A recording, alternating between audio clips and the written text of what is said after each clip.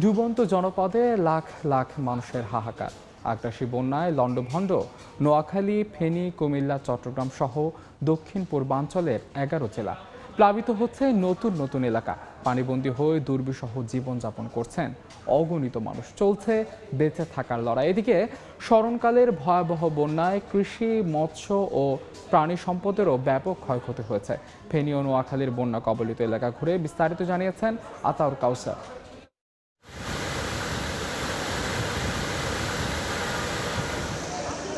পেছনে যে দৃশ্যটি দেখতে পাচ্ছেন এটি একটি মহাসড়ক, অর্থাৎ নোয়াখালীর বেগমগঞ্জ থেকে লক্ষ্মীপুরের দিকে যে সড়কটি গিয়েছে এটি সেই সড়কের চিত্র।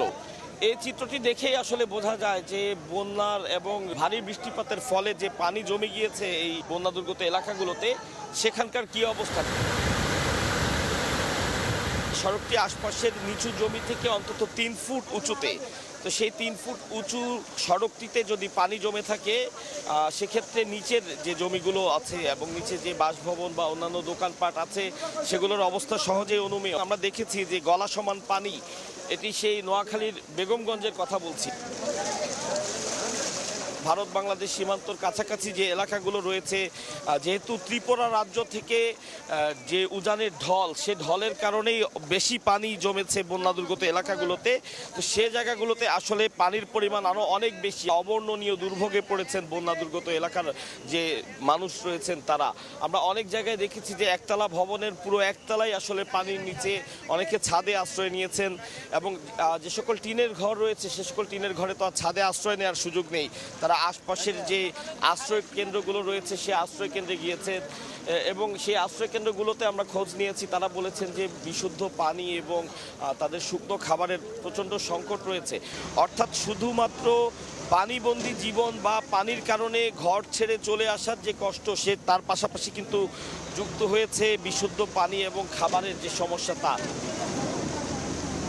আমরা দেখেছি যে মানুষের মধ্যে যে ভ্রাতৃত্ববোধ, মানুষের প্রতি যে ভালোবাসা, তার একটি উজ্জ্বল নিদর্শন গত বেশ কদিন ধরে আমরা দেখতে পাচ্ছি। যে যেভাবে পারছে মানুষকে সাহায্য করছে, কেউ পানি দিয়ে, কেউ খাদ্য দিয়ে, কেউ আশ্রয় দিয়ে, প্রত্যেকে সাহায্য করছে, যেটি আসলে এই মুহূর্তে এই বানভাসী মানুষের জন্য সবচেয়ে বেশি প্রয়োজন, সেটি তারা করছেন। এবং একই সাথে দেশের বিভিন্ন অঞ্চল থেকে ত্রাণ নিয়ে আসছে।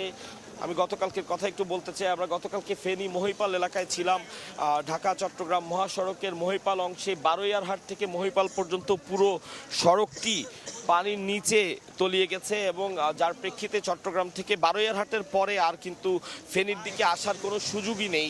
তাও আমরা দেখেছি যে যেভাবে পারছেন হেঁটে তারা বারৈয়ারহাট থেকে অন্তত ২০ কিলোমিটার হেঁটে মহিপালের দিকে আসছেন। অবর্ণনীয় কষ্ট, দুর্ভোগ আমরা দেখেছি গতকাল। এটি হচ্ছে তুলনামূলক কম দুর্ভোগ।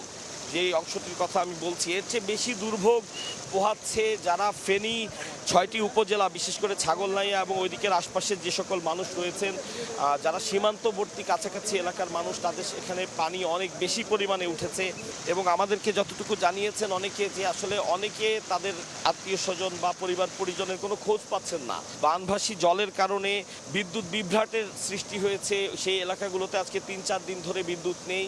স্বাভাবিকভাবে মোবাইল টাওয়ারগুলো কাজ করছে না। কেউ আসলে তাদের স্বজনদের খোঁজও নেওয়ার মতন কোনো উপায় নেই।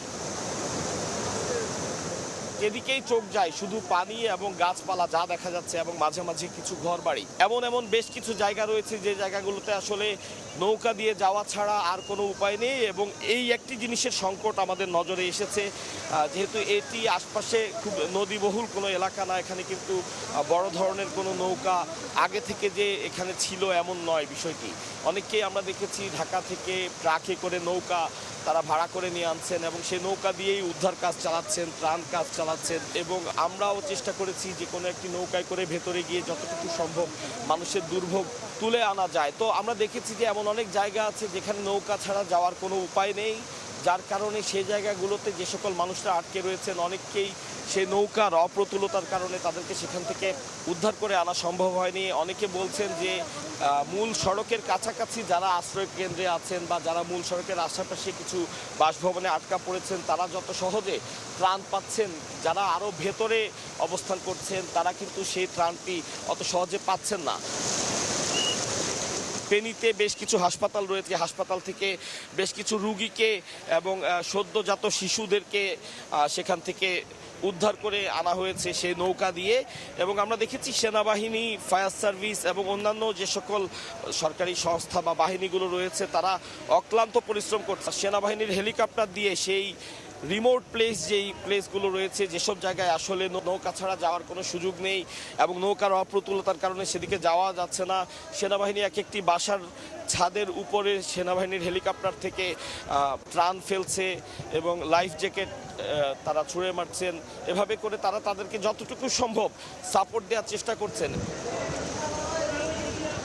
গ্রামাঞ্চলে যে রিমোট এরিয়াগুলো রয়েছে, যেখানে দুর্গতরা রয়েছেন, যাদের কাছে আসলে পৌঁছানো যাচ্ছে না, তো যত বেশি সংখ্যক নৌকা যদি তারা আনেন সেক্ষেত্রে তারা কিন্তু তাদের কাছ পর্যন্ত পৌঁছাতে পারবেন।